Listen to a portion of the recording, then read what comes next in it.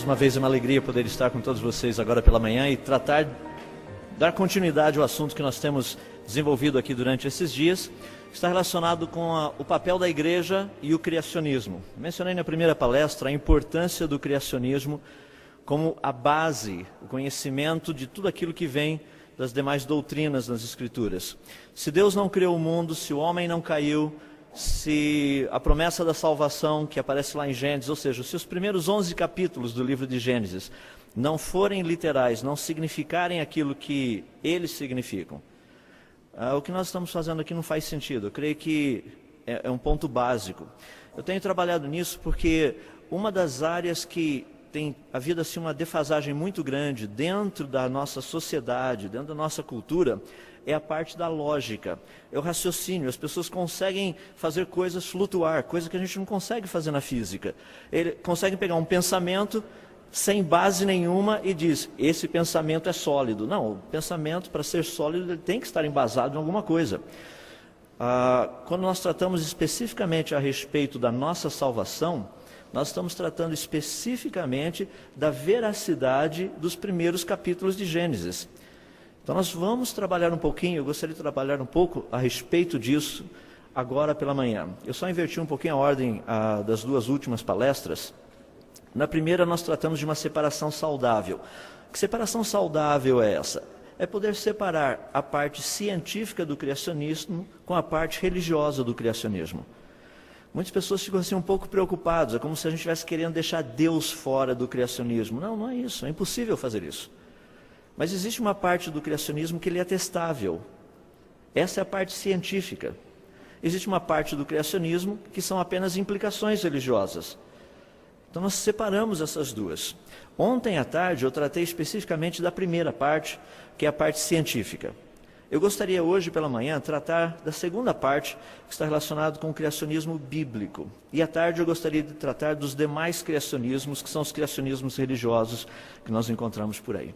Uma vez mais, vamos buscar a presença do Senhor Deus em oração e trabalhar um pouquinho a respeito desse assunto. Querido Deus, nós somos tão gratos a Ti. Aquilo que ouvimos agora de pouco, tudo aquilo que o Senhor fez por nós, a demonstração do Teu amor por meio da pessoa de Cristo e do sacrifício que Ele fez por nós. Nós Te damos graças e Te louvamos porque o Senhor não somente nos trouxe a existência, mas o Senhor bondosamente, misericordiosamente, tem vindo ao nosso encontro e tem se revelado esse grande Deus que o Senhor é. Muito obrigado pelo amor que o Senhor sente para conosco, que o Senhor tem para conosco. Muito obrigado a Deus porque nesses momentos poderemos refletir um pouco a respeito dessas questões tão básicas, quando o Senhor de uma forma tão bonita trouxe à existência todas as coisas. Infelizmente hoje, como raça humana, nós temos, em vez de dar glórias daquele que trouxe à existência tudo o que existe, pela força do seu poder, com grande sabedoria, com grande imaginação, com uma criatividade inigualável, todas essas belezas relacionadas com o Senhor, nós como seres humanos, temos transferido tudo isso para o acaso. O que se ensina, o que se aprende, é que o acaso produziu todas essas coisas. Nós damos graças a Deus, porque não foi o acaso. O Senhor trouxe à existência tudo aquilo que existe. Muito obrigado, porque o Senhor também nos deixou claro isso na Tua palavra. E nós não precisamos temer aquilo que a ciência diz, porque aquilo que a ciência diz, que é contra a Tua palavra, sem dúvida, ela está errada. Pedimos a Tua orientação, a Tua direção para esses momentos que passarmos juntos, possamos aprender e conhecer um pouco mais da grandeza e da Tua obra na criação. Em nome de Jesus nós oramos. Amém. Esse tema, portanto, criacionismo é um tema muito importante, principalmente o criacionismo bíblico. Eu, por incrível que pareça, eu tenho tido uma resistência muito grande quando trato do criacionismo dentro dos seminários. Porque é um assunto um pouco delicado, tem muita coisa em jogo ali dentro. Então eu gostaria de poder esclarecer algumas questões logo no início. Quando nós pensamos em termos de um criacionismo bíblico, o que nós precisamos entender é que se a ciência estiver devidamente estabelecida e a Bíblia estiver corretamente interpretada, os dois não entrarão em conflito. Não existe um conflito. Porque se a ciência estiver devidamente estabelecida, é porque ela descobriu algo verdadeiro. E a Bíblia é a verdade, sendo interpretada corretamente, não haverá nenhum problema. As duas coisas irão literalmente bater uma com a outra. Agora, muitas pessoas têm um pequeno problema com uma questão que eu gostaria de levantar agora, que é a seguinte: a Bíblia, ela não foi escrita com o propósito de ensinar ciência. Isso é algo que todo mundo trata. Mas, se ela estiver errada, ou seja, se ela não puder estar cientificamente correta nas suas propostas científicas, então nós temos um problema. Quando Deus diz, pode por um acaso o etíope mudar a cor da sua pele ou o leopardo as suas manchas? Assim também vós não poderíeis fazer o bem estando habituados a fazer o mal. A primeira parte é testável. A primeira parte a gente vai no laboratório. A primeira parte é genética. Nós sabemos como funciona. E está perfeitamente correto. E a segunda parte? A segunda parte a gente não testa em laboratório. Mas é a certeza que a primeira parte está correta, que é a parte testável, que nos assegura, nos dá uma base para pensarmos e refletirmos. A segunda também deve estar correta. Então, a questão bíblica, a proposta principal, não é ensinar ciência, mas tudo que a Bíblia fala de ciência, ela está correta. Eu gostaria de trabalhar um pouquinho a respeito disso, dando apenas alguns exemplos. Muitas pessoas têm um pouco de dificuldade, como eu tenho mencionado, em entender que a Bíblia trata de ciência e ela trata da ciência do modo correto. Eu gosto de zoar um pouquinho com os jovens, então estou usando o termo zoar, porque quando eu chego a dar palestras para esse pessoal, a gente fala assim, vocês sabiam que Deus tem algumas coisas que Ele tem um prazer muito grande? As pessoas falam, claro, nós sabemos disso. Eu faço uma pergunta, por exemplo, quantos daqui gostam de matemática? Daí geralmente o pessoal fica meio assim. Se eu perguntar a mesma coisa aqui, eu garanto que a grande maioria aqui praticamente vai falar assim, ó, só para o gasto. Matemática é assim para o mínimo necessário. Mas vocês sabiam que quem criou a matemática foi o próprio Senhor Deus? É algo que Ele ama. Olha como a Bíblia está cheia de números. E não são os capítulos e os versículos, não é isso que eu estou falando. Só um exemplo. Lá no livro de 1 Reis, no capítulo 7, dos versos 23 até o 26, esse texto todo está falando especificamente do templo que Salomão construiu. E Salomão construiu algo fascinante, que é chamado de mar de fundição. É uma estrutura gigantesca, uma meia esfera. Ela estava praticamente colocada em cima de 12 bois, que eram estátuas, e toda essa estrutura era assim fabulosa. Mas a Bíblia nos dá os detalhes. A Bíblia nos diz que de uma borda até a outra, dava um comprimento de 10 côvados. Se pegássemos uma linha para medir o seu perímetro, daria 30 côvados. E a espessura de tudo isso, ou seja, a espessura dessa estrutura, era de 4 dedos de cada lado. O fascinante a respeito disso é que se nós pegarmos essas medidas, colocarmos todas juntas, e usamos um pouquinho da matemática, porque π, o número π, é definido pelo perímetro dividido pelo diâmetro. E colocarmos todos na nossa equação, você vai perceber que o número π na Bíblia está correto, é 3,14. Agora as pessoas ficam pensando, por que Deus colocou o número π na Bíblia? É porque Deus ama os matemáticos também, faz parte do pessoal que Ele gosta. Muitas pessoas falam, mas esse negócio todo, para que esses detalhes? Imagina se a Bíblia dissesse que o número π é 2,9. O número π é 3,14. Ele não é 2,9. E o nosso Deus é um Deus de grande precisão em tudo aquilo que Ele fala, em tudo aquilo que Ele coloca diante de nós. Pensando em termos de ciências, de uma forma geral, olha que coisa fabulosa. Há mais ou menos uns 300 anos atrás, Isaac Newton propôs, na época era uma teoria, agora nós sabemos que é lei, a lei da gravidade. Ele disse que corpos flutuam aí no espaço. Na década de 60, foi tirada uma foto do planeta Terra, é isso que vocês estão vendo aí, mostrando que realmente a Terra flutua. Hoje ninguém mais tem dúvida. Mas até alguns anos atrás, questionava-se a respeito disso, se realmente a Terra está solta por aí. Interessante que lá no livro de Jó, no capítulo 26, no verso 7, a segunda parte, ele diz assim, que Deus, Ele, faz a Terra pairar sobre o nada. É fascinante isso. Se nós pegarmos, por exemplo, só um detalhe, isso foi escrito há 4.000 anos atrás.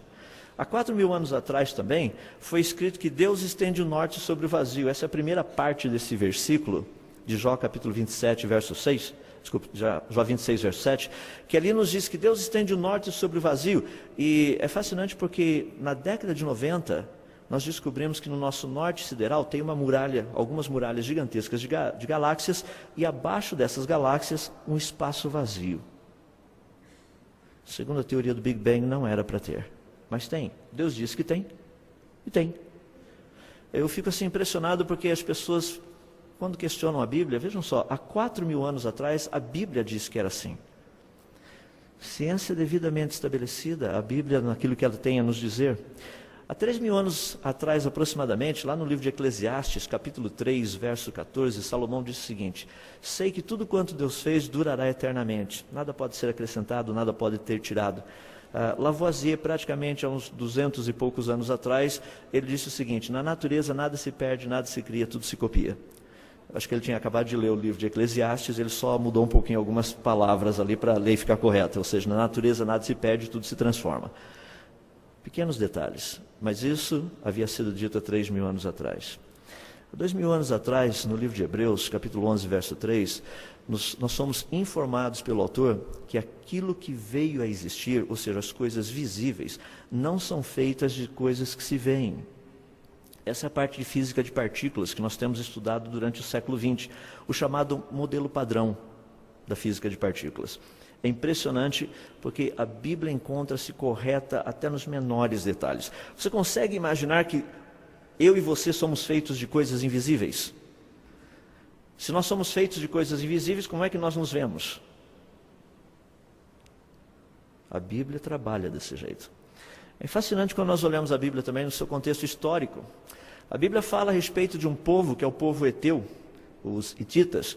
Isso aí aparece lá no livro de Gênesis, capítulo 15, verso 20, quando Deus estava dizendo de uma forma muito clara e muito bonita para Abraão que ele iria dar a terra desses povos todos a Abraão. E um dos povos que foi mencionado ali foi justamente o povo hitita, os heteus. E o fascinante disso é que até por volta dos anos 1850, ninguém tinha a menor ideia desse povo. Até que foi descoberto toda a civilização dos heteus, com sua escrita cuneiforme, suas bibliotecas e todo um império. Fascinante porque a Bíblia já dizia isso. Quando nós paramos e pensamos um pouquinho sobre a existência de Deus, portanto, o que a Bíblia tem a dizer a respeito disso? Vocês já perceberam que a Bíblia não tenta provar a existência de Deus?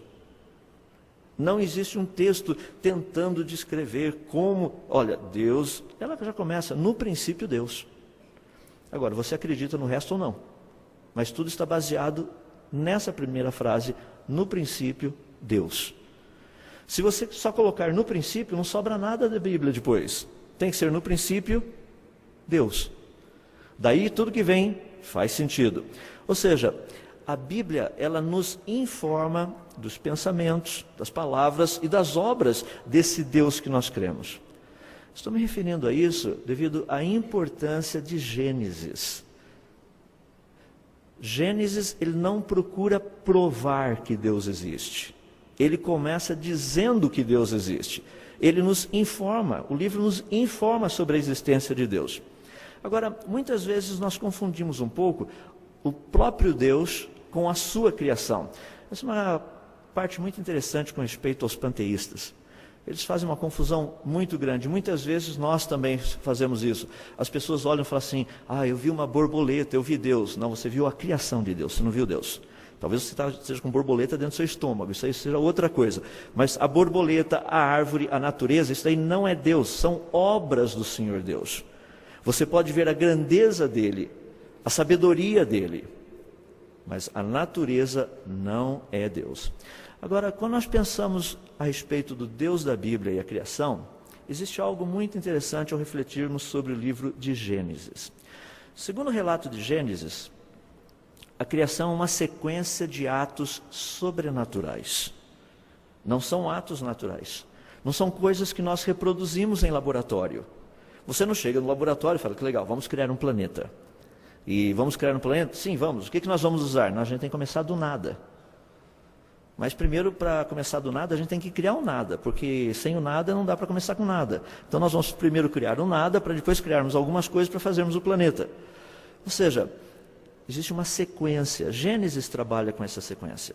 A Bíblia diz que então é uma sequência de atos sobrenaturais num curto espaço de tempo. As pessoas chegam para mim e falam, pronto, já vai entrar naquele probleminha lá, os dias de Gênesis. Não, a gente não vai entrar agora, daqui a pouquinho.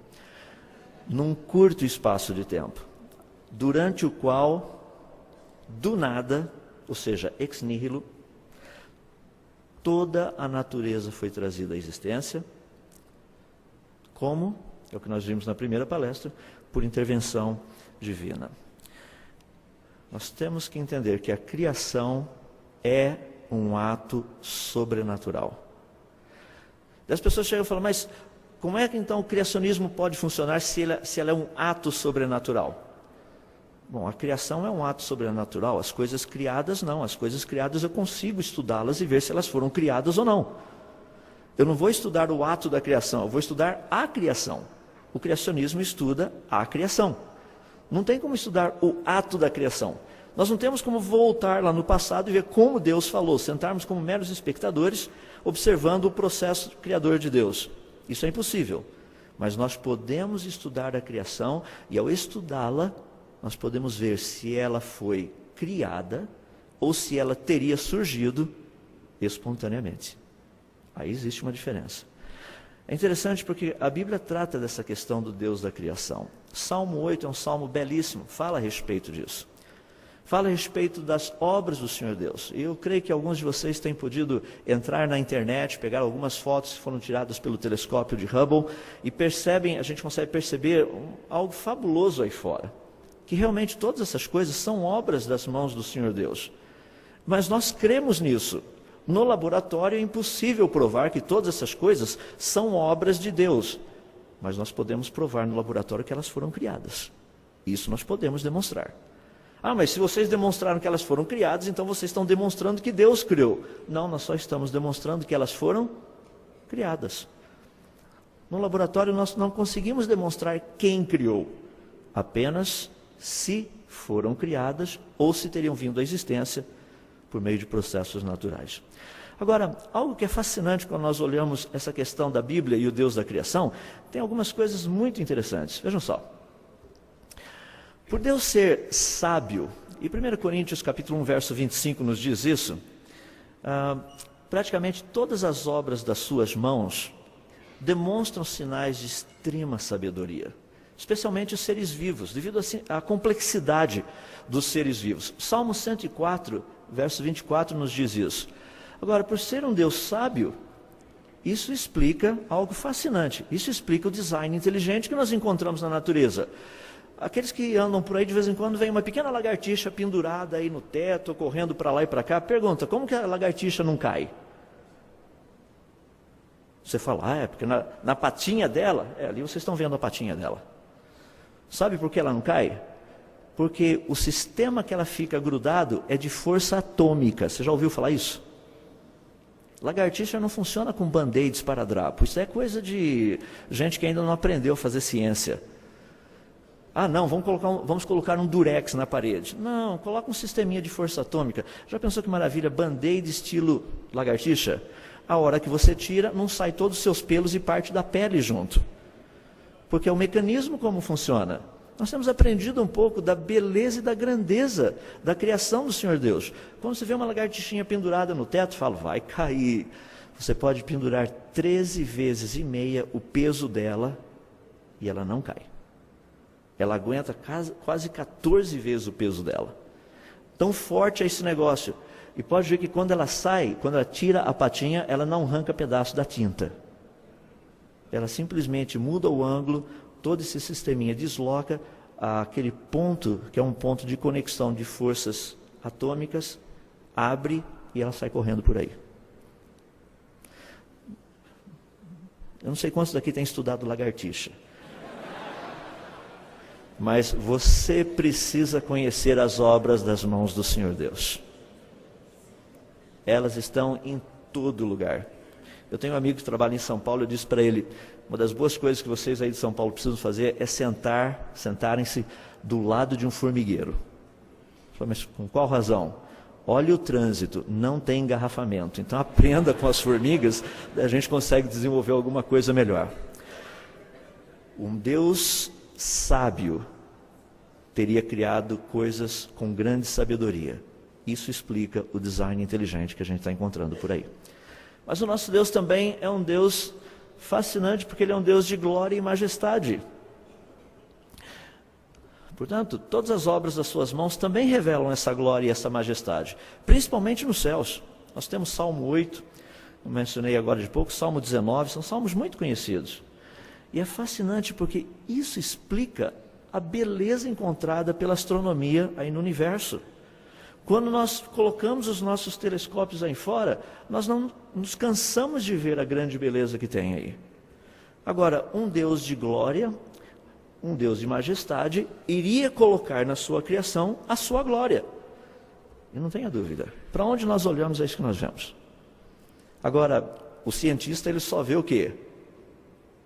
Ele vê massas de gases emitindo radiação em luz visível e infravermelho. Eu também vejo isso, mas eu vejo um pouquinho além disso. Eu vejo a glória daquele que trouxe à existência todas as coisas. Ele colocou. Essa é uma das razões do porquê nós vemos tanta beleza aí no universo. Porque o nosso Deus é um Deus de glória, é um Deus de majestade. É impressionante também porque a Bíblia nos diz que Deus é um Deus de força e de poder. Isaías capítulo 40 nos fala a respeito disso. Todo o universo reflete essa sustentabilidade inigualável. Os processos que ocorrem são impressionantes. É pelo fato de Deus ter poder, ter força, é que nós encontramos no universo todo coisas fabulosas. São processos com uma grande estabilidade. Imagina o que significa transformar 4 milhões de matéria em energia por segundo, que é o que o Sol faz. Tudo que nós conseguimos fazer é aquela imagem ali do meio, uma bombinha atômica. Comparado com o Sol, isso daí é um traque. Sabe aquele traquezinho que a gente joga no chão? Agora, já imaginou se Deus tivesse feito o Sol do jeito que a gente faz bomba atômica? Deus usa fissão nuclear. Deus usa fusão nuclear. Nós usamos fissão nuclear. E a maior parte de vocês está numa confusão nuclear, né? Mais ou menos por aí. São princípios. Deus trabalha com isso. Toda uma série de mecanismos. Então, quando nós olhamos as características do Deus da Bíblia e nos voltamos para a ciência, nós encontramos as mesmas características espalhadas por toda a criação. Agora, vamos tratar especificamente desse aspecto da Bíblia e a criação. Lembrem-se que eu disse que dentro do contexto bíblico nós não temos como provar os atos de Deus da criação. Nós apenas podemos dizer se essas coisas foram criadas ou não. Daí muitas pessoas têm a tendência de olhar para o livro de Gênesis, como a gente tem encontrado muito por aí, de uma forma alegórica. Ou seja, Gênesis capítulo 1 não deve ser literal, porque imagina só, Deus cria primeiro o mundo, Deus vai criando as coisas assim, cria primeiro a terra, vamos colocar dessa forma. Aparece a terra, daí Deus cria as plantas, e daí lá no dia 4 Deus cria sol, lua e as estrelas. Não faz sentido isso. Claro que faz sentido. Vamos olhar alguns pequenos detalhes que o Senhor Deus nos deixou. Esses detalhes nós podemos testá-los. Olha que fascinante. São algumas afirmações do livro de Gênesis que são testáveis. Disse o seguinte o Senhor Deus, lá em Gênesis capítulo 1, versos 9 e 10. Disse também Deus: ajuntem-se as águas debaixo dos céus num só lugar, e apareça a porção seca. Como é que a gente chama a porção seca mesmo? Pangeia. É um continente só. Deus chamou terra. A ciência hoje chamou de Pangeia. E a porção seca chamou Deus terra. Nós chamamos de Pangeia. E o ajuntamento das águas, mares. E viu Deus que isso era bom. É interessante porque em 1920, Alfred Wegener fez a proposta de que no passado, todas as coisas, todos os continentes, fizeram parte de um único continente. É o que a Bíblia nos diz. Deus criou a porção seca, não as, plural, porções secas. Uma só. Algo que é fascinante também, quando nós olhamos dentro de algumas afirmações, lá em Gênesis capítulo 1, 9 e 10, nos diz que, especificamente, 1, 9 e 10, não, acho que aí está uma passagem errada, 3:20, diz que, e deu o homem o nome de Eva, sua mulher, Gênesis 3:20, por ser a mãe de todos os seres humanos. Impressionante isso. Em 1987, a doutora Rebecca Ellicano, fazendo estudos com DNA mitocondrial, como eu mencionei ontem, descobriu que todos os seres humanos vieram de uma única e mesma mulher. A Bíblia diz que todos nós viemos de uma única e mesma mulher. Não havia Adão e Eva dentro do Jardim do Éden e uma outra cultura fora do Jardim do Éden. Isso é a interpretação errada da Bíblia, e a ciência diz que também está errada a sua interpretação, se for essa a sua. Deus criou um único casal, Adão e Eva, e desse único casal veio toda a raça humana. Outro texto muito interessante que nós temos, diz assim que, lá em Gênesis capítulo 3, falando do homem, diz que então o Senhor Deus, capítulo 2, rapaz, todas as referências hoje estão todas trocadas, mas é o capítulo 2, versos 21 e 22. Então o Senhor Deus fez cair pesado sono sobre o homem. Eu acho que eu estava nessa categoria quando eu estava digitando as coisas. Então o Senhor Deus fez cair pesado sono sobre o homem, e este adormeceu.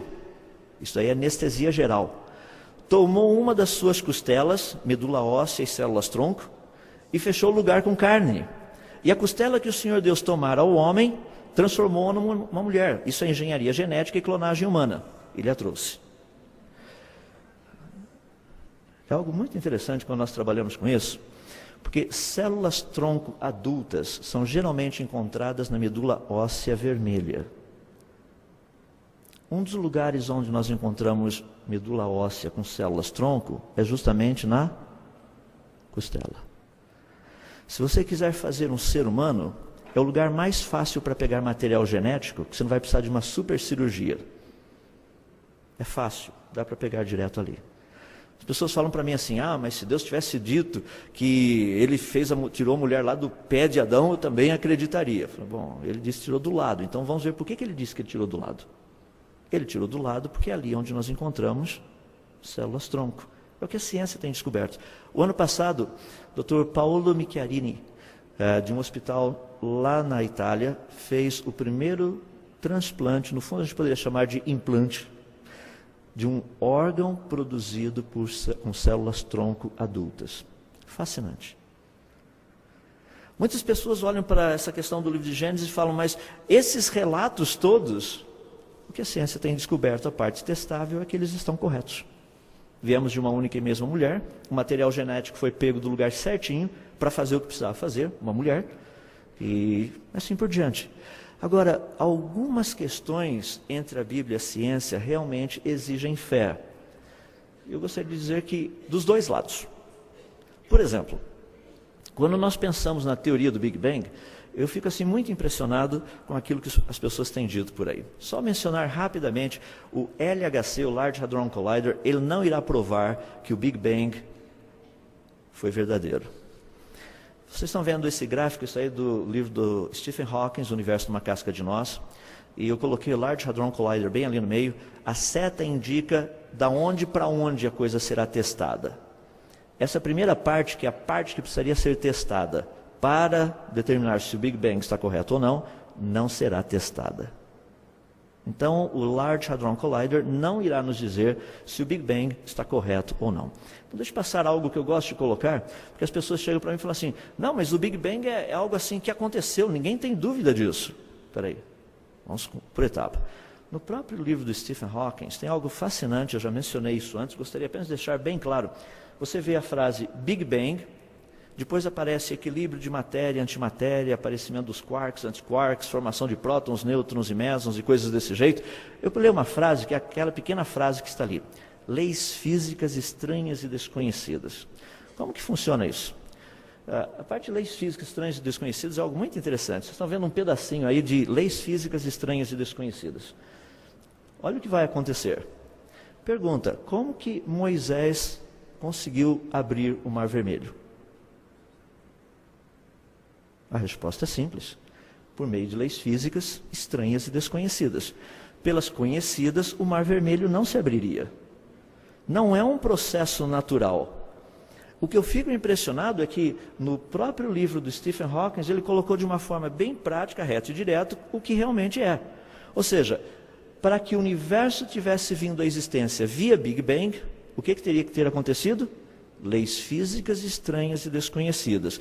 Porque pelas leis físicas conhecidas, o universo jamais teria vindo à existência via Big Bang. Agora, como é que nós podemos traduzir esse termo leis físicas estranhas e desconhecidas? Milagre. É que não ia ficar bem num livro de ciências, o Stephen Hawking colocar Big Bang, milagre, daí matéria, antimatéria, coisas desse jeito. Então nós usamos uma terminologia um pouquinho mais sofisticada, leis físicas estranhas e desconhecidas. Então os pastores, quando forem pregar para o pessoal da física, da matemática, quiser falar a respeito dos milagres de Jesus, já sabe a terminologia. Hoje nós estudaremos as leis físicas estranhas e desconhecidas que o Senhor Jesus, e assim por diante. Leis físicas estranhas e desconhecidas. Muita coisa que é dita na ciência só pode ser aceita pela fé. Como surgiu o universo por um Big Bang? Só por meio de leis físicas estranhas e desconhecidas. Como que vida surgiu? Só por meio de leis biológicas estranhas e desconhecidas. Porque pelas leis conhecidas, vida não teria surgido espontaneamente e o universo não teria vindo à existência espontaneamente.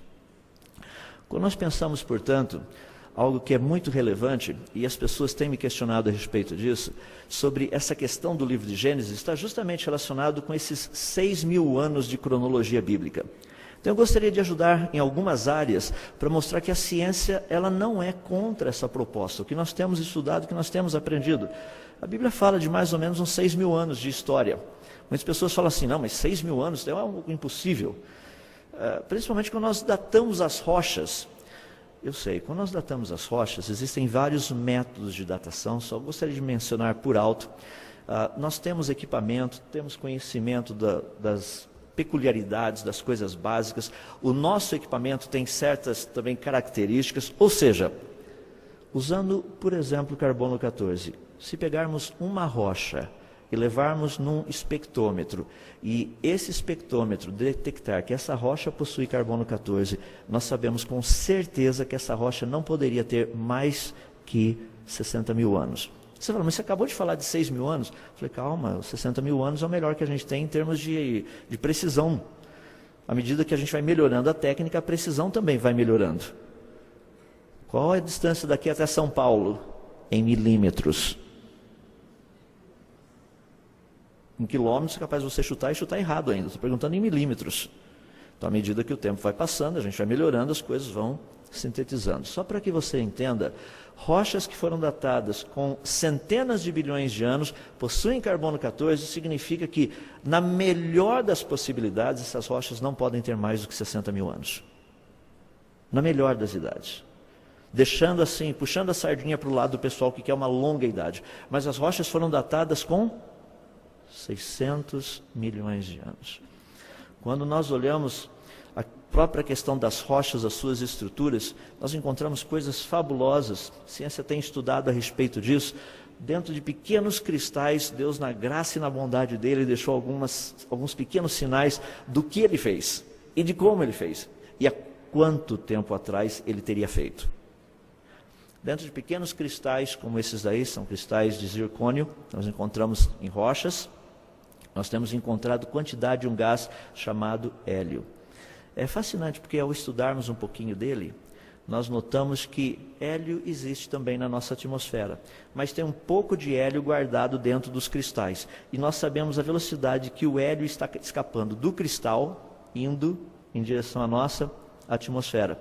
Nós temos as equações maravilhosas.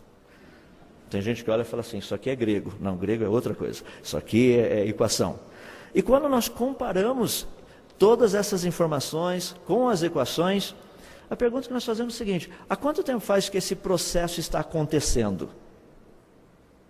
Ou seja, a nossa atmosfera tem hélio.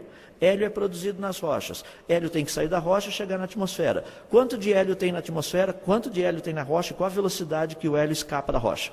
Só fazer as continhas, que eu sei que são um pouco complicadas, você chegaria a algo fascinante.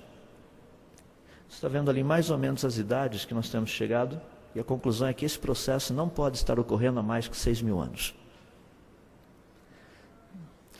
Quando nós olhamos, por exemplo, a parte do ser humano, o DNA mitocondrial ele possui pequenas variações.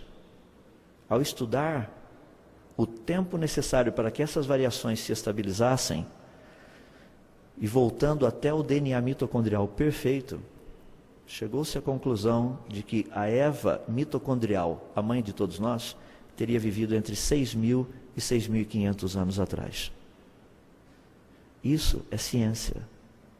Eu fico assim impressionado quando as pessoas chegam para mim e falam assim, não, mas você tem certeza que o livro de Gênesis, 6.000 anos? Deve ter alguma coisa errada. Aquelas genealogias lá, os dias não eram iguais aos dias de hoje, os anos não eram iguais aos anos de hoje. Já veio até uma pessoa dizendo assim, não foi assim, Noé não viveu 950 anos, Noé viveu 95 anos. Deve ter, assim, houve um erro pequeno. Se for o caso, teve gente lá que teve filho com 6 anos e meio. Olha na genealogia, o primeiro filho nasceu com 60 anos, 65 anos. Tem alguns que tiveram filhos com 3 anos e meio. Já pensou que impressionante isso? Eu não sei qual milagre é maior daí. Então nós precisamos trabalhar a questão para ver qual a direção. Quando nós trabalhamos essa questão da longevidade do ser humano, as pessoas chegam e falam assim, imagina só, pessoas vivendo 950 anos, o único que eu conheço que viveu 950 anos foi o mestre Yoda lá no Guerra das Estrelas, mas é o único praticamente, pode olhar no episódio 2 que agora é o episódio 5, só ele viveu tudo isso. Como que um ser humano poderia viver tanto? Quando nós estudamos a genealogia que está lá no livro de Gênesis, o pessoal da matemática gosta demais dessa curva. Essa curva mostra modelo de deterioração. Alguma coisa aconteceu. Alguma coisa aconteceu que mudou totalmente o negócio. E o que teria acontecido? Então nós precisamos procurar a resposta dentro da estrutura genética do ser humano. E o que nós descobrimos são os telômeros e a telomerase. Os telômeros são partes no final dos cromossomos e eles praticamente controlam todo o mecanismo de duplicação da célula, longevidade da célula, todas essas coisas. Em outras palavras, tudo que a gente precisa para entender essa longevidade, a mudança da longevidade está ali. A ciência já sabe disso, talvez você não, mas a ciência já entendeu, existe um mecanismo que controla a longevidade. Uma alteração faria com que formas de vida que poderiam viver muito, agora viveriam pouco. Não é interessante o livro de Gênesis? Muitas pessoas falam, esse livro é mitológico. Geralmente é porque o pessoal não gosta de estudar, principalmente as genealogias. Eu costumo dizer que muitas pessoas, com aquele propósito de começo de ano, eu vou estudar o livro de Gênesis, então vou ler o livro de Gênesis, ele lê o capítulo 1, capítulo 2, capítulo 3, isso logo no comecinho do ano, né? Daí ele leu 4 até a metade, porque a outra metade é a descendência de Caim. Como descendência não é inspirado, ele pula. Daí vai para o capítulo 5, é a descendência daí de 7, e daí ele pula de novo. Vai para o capítulo 6, daí estuda o 6, o 7, o 8, o 9, lá no finalzinho do 9, indo para o 10, começa todo aquele negócio lá, as descendências dos filhos de Noé, ele vai pulando também. Daí chega lá no capítulo 11, a única coisa que lê é a Torre de Babel, todo o resto das descendências pula também. A Bíblia é um livro histórico. Ele está contando que homens como eu e você nasceram, cresceram, se casaram, tiveram seus filhos e morreram, como eu e como você. Um dia estarão falando a nosso respeito, espero, como falaram deles. Espero que falem bem. Assim funciona a Bíblia. Mas um ponto que eu gostaria de tratar, porque eu creio que é um dos argumentos mais difíceis para nós como cristãos. As pessoas dizem o seguinte, espera aí, está sugerindo que a Terra tenha 6.000 anos. Sim. Mas lá no universo, pensa só, tem galáxias que estão a bilhões de anos-luz da gente. Como é que você explicaria a luz saindo de lá e chegando até aqui? Teria que demorar bilhões de anos. Por quê? Se a Terra tem só 6.000 anos, não deu tempo da luz chegar até aqui, a gente não estaria vendo nada. Essa é uma das coisas que nós mais encontramos. Então, meus irmãos, não é difícil resolver esse problema. A coisa é bem simples.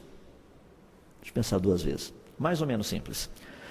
Veja só, se você observasse uma galáxia próxima da gente, e observasse e comparasse com uma galáxia muito distante da gente. A galáxia próxima, ela deveria se parecer uma galáxia adulta, madura, com os braços das espirais ou da espiral totalmente bem formados. Uma galáxia muito antiga não teria essa característica. Ou seja, uma galáxia que estivesse muito longe. Então nós encontraríamos uma galáxia ainda nos seus estágios de formação. Ou seja, galáxias próximas deveriam se parecer maduras. Galáxias distantes deveriam assim parecer meio desorganizadinhas ainda, tentando se organizar. A questão é que quando nós estudamos as galáxias no universo, todas elas apresentam sinais de maturidade. É como se elas tivessem sido criadas prontas, funcionando. Prontinho, prontinho. E as pessoas têm dificuldade de entender isso, porque isso é o que a ciência tem descoberto. Ah, mas e o aspecto de distância? Eu vou só deixar algo para você pensar, não vou entrar nos detalhes, mas o aspecto de distância está ligado com a matemática. Eu sei que muitos daqui gostam de matemática, eu vou deixar as equações depois, e no livro também eu trato esse aspecto. É possível mostrar que uma fonte de luz muito distante demoraria pouco tempo para que ela chegasse até o planeta Terra. Você fala, mas é uma matemática estranha. Não, não é tão estranha não. Dá para a gente trabalhar. Algo que eu acho interessante a respeito disso, o Dr. George Ellis, ele escreveu o seguinte: um Deus benevolente poderia com facilidade organizar a criação do universo de tal maneira que radiação suficiente pudesse viajar em nossa direção das extremidades do universo para nos dar a ilusão de um universo imenso, muito antigo e em expansão.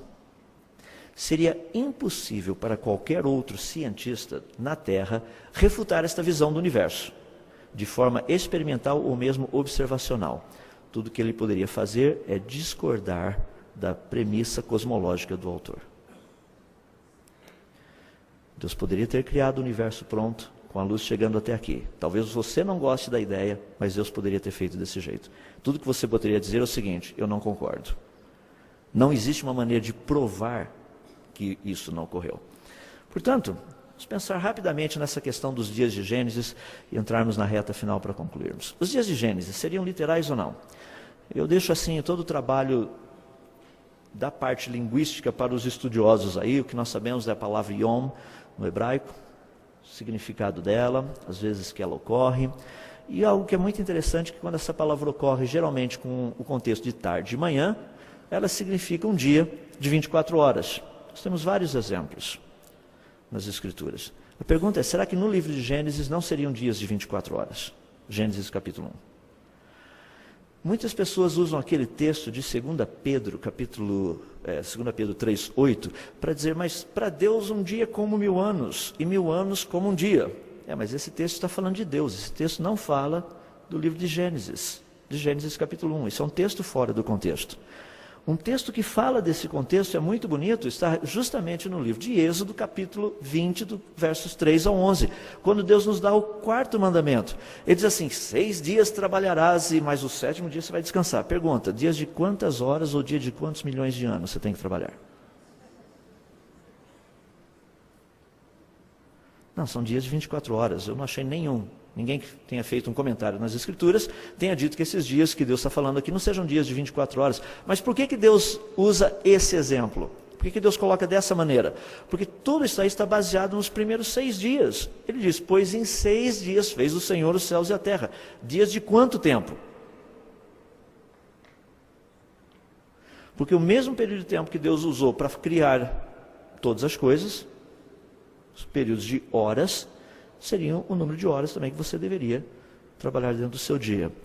Agora, eu gosto de algumas frases assim que surgem muito interessantes, na hora que a gente vai lendo um pouquinho a respeito da história. Isso aqui é uma frase escrita por Teófilos, foi bispo de Antioquia. Ele escreveu isso lá no ano o ano 181 depois de Cristo. E eu creio que ele devia ter assistido aquela série Cosmos do Carl Sagan. E daí ele foi e escreveu, olha o que ele disse.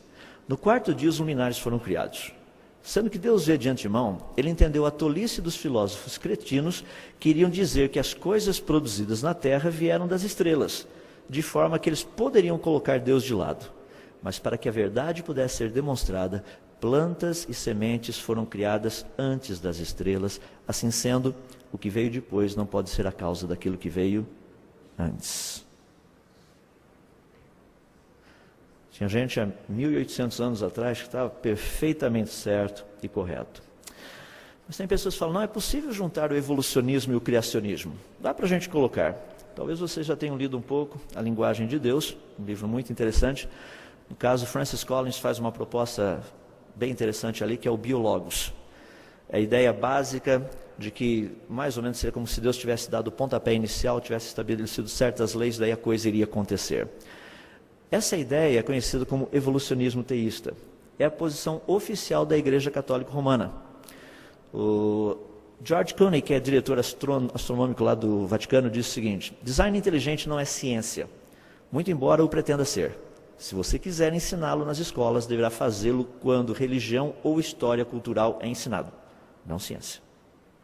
Ele não acredita que Gênesis é literal, nem tampouco o Papa atual. Ele diz o seguinte: não podemos dizer criação ou evolução, sendo que ambas respondem a duas realidades diferentes. Por assim dizer, nós nos deparamos aqui com realidades que se complementam e que não se excluem mutuamente. Isso é o que muitas pessoas têm tentado fazer. Deus criou o mundo, mas criou via evolução. Tem alguns pequenos probleminhas que eu gostaria de deixar só para nós pensarmos a respeito. Os dias de Gênesis seriam literais? Para que haja uma harmonização, os dias de Gênesis não podem ser literais, pois a evolução necessita de muito tempo e uma semana não seria suficiente. O segundo ponto é que a ordem dos eventos descritos em Gênesis não bate com a ordem proposta pelos evolucionistas. Portanto, o autor bíblico deve ter se equivocado em algum lugar. Terceira, Gênesis 1 e 2, pessoas falam, não, isso é porque eles são mitológicos. O problema é que tanto o Senhor Jesus quanto Paulo citaram como sendo literais. Portanto, ambos devem estar errados. Mas existe um problema muito interessante que está relacionado com o que nós estamos tratando aqui. Se a evolução aconteceu, formas de vida teriam mudado ao longo do tempo, das mais simples até as mais complexas. As menos adaptadas teriam dado lugar às mais adaptadas, até que finalmente surgisse o ser humano e ele começasse a questionar toda essa questão das origens. Portanto, haveria um processo lento, progressivo, de aprimoramento da vida. E, sem dúvida, a vida teria experimentado, a vida como eu estou expressando, formas de vida teriam experimentado o processo de morte ao longo de toda essa trajetória. Daí o problema que nós temos é como explicar a entrada da morte no mundo antes do pecado de Adão. Esse é um problema muito difícil, porque o apóstolo Paulo declarou que o salário do pecado é a morte. Agora, se a morte não foi o salário do pecado, a pergunta é: qual o sentido da obra redentora de Cristo? 1 Coríntios nos diz que convém que ele reine, até que ele tenha posto todos os inimigos debaixo dos seus pés. O último inimigo a ser destruído é a morte. Esse é um ponto importante, um ponto que a igreja precisa defender. Daí a razão do porquê da igreja e o criacionismo. Precisamos saber como defender corretamente, coerentemente, fazendo a separação, a parte científica da parte religiosa. Função da igreja, 1 Timóteo 3,15, Paulo escreve a Timóteo dizendo: para que se eu tardar, fiques ciente de como se deve proceder na casa de Deus, que é a igreja do Deus vivo, coluna e baluarte da verdade. 2 Coríntios, capítulo 10, dos 5 a 6, diz que as armas com as quais lutamos, ao contrário, não são humanas, são poderosas, dadas pelo Senhor Deus, para que nós possamos destruir argumentos e toda pretensão que se levante contra Deus. Precisamos aprender a trabalhar, porque estamos aqui para manifestar algo. O quê? A multiforme sabedoria daquele que criou todas as coisas, que é como nos diz o texto lá de Efésios. Portanto, o Evangelho, no fundo, ele é a boa nova que Deus já iniciou o processo de restauração de todas as coisas. Mas nós ouvimos falar no primeiro sermão dessa manhã algo fascinante, desse grande amor que Deus tem para conosco. Eu gostaria de encerrar fazendo apenas algumas perguntas sobre o Criador de todas as coisas. Quando nós lemos lá no livro de Apocalipse, capítulo 4, verso 11, ali nos é dito o seguinte: Tu, Senhor e Deus nosso, és digno de receber a glória, a honra e o poder, porque criaste todas as coisas, e por tua vontade elas existem e foram criadas. Você deixa uma pequena pergunta. Dois textos relacionados com o que nós acabamos de ler. Colossenses 1,16. Porque nele foram criadas todas as coisas, que há nos céus e na terra, as visíveis e as invisíveis, sejam tronos, dominações, principados e potestades. Tudo foi criado por ele e para ele. João capítulo 1, verso 3. Ele estava no princípio com Deus, todas as coisas foram feitas por ele, e sem ele, nada do que foi feito se fez. Pergunta. Resposta. Vamos orar. Querido Deus, nós somos gratos a Ti mais uma vez, porque o Senhor trouxe à existência todas as coisas. E como Criador, o Senhor veio ao nosso encontro. O Senhor nos buscou numa situação de rebelião, numa situação de pecado e de revolta contra o Senhor. Não existem palavras para que nós pudéssemos expressar a nossa gratidão por aquilo que o Senhor fez por nós, vindo ao nosso encontro para nos salvar da nossa própria condição, na qual nós nos colocamos. Muito obrigado pela pessoa do Teu Filho, que não somente trouxe à existência todas as coisas, mas também trouxe a nossa salvação à existência. Que Ele, em todo o tempo, possa ser honrado e glorificado como o grande Deus. Portanto, nós Te bendizemos a Ti, ó Deus, por todas as coisas que o Senhor tem feito e pela Tua palavra que nos tem sido dada. Assim nós oramos, humildemente no nome de Jesus. Amém.